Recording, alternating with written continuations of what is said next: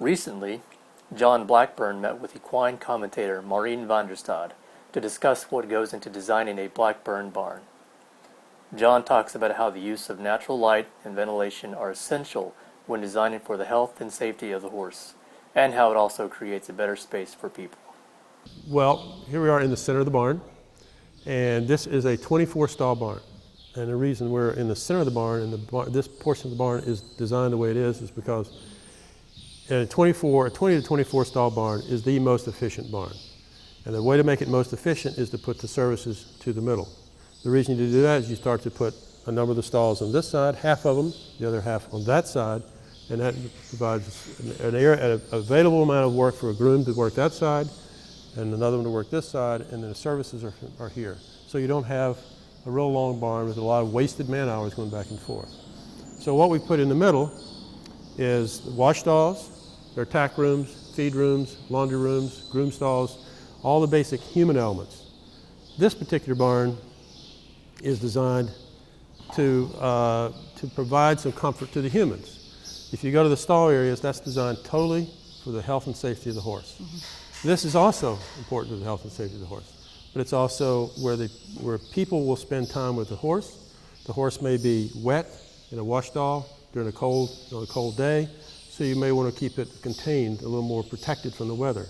So in this particular area, there's two things. This floor is heated. It's heated to the point of this door. Mm-hmm. These doors close. So these two walls are firewalls. This has got an exceptionally wide aisle for most barns. It's about 20 feet wide. Many of them are only about 12 or 14. 14 is what I would consider average. 12 is pushing it, but it's possible. Mm-hmm. But 14 is because it allows you a little more room, certainly as you're leading horses up and down for safety. Does that size also add to any of the airflow, or it helps? Like that? It does. In fact, the wider you make the barn, mm-hmm. the taller the roof.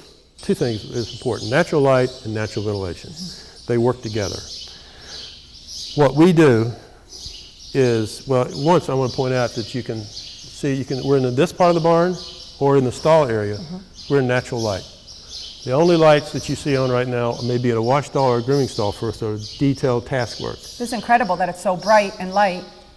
And no, it's all natural. It's fantastic. That's a safety factor, in that you have lights that are not heating up with potential for cobwebs or bird nests, mm-hmm. and it saves operating costs. You still provide the lights because you'll need to come in the barn at night. The amount of energy to run one of our barns, which is a signature of our barn, is that they're all naturally lit using the skylights. Mm-hmm.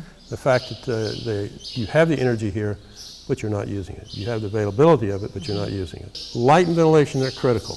It's the most important health and safety factors, bar none. Not that we ignore the others. We're constantly looking at every little detail, from the floor to the design of the stall, to the design of the grooming stall.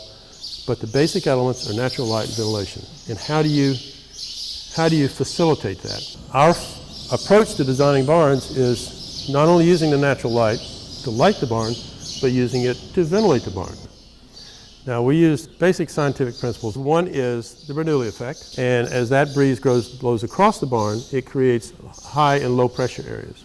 So if you bring air in low and you exhaust it out high, that air is coming through the barn. So that lift, that the wind going over the barn, creates low pressure on the back side, the leeward side, and that's pulling air through.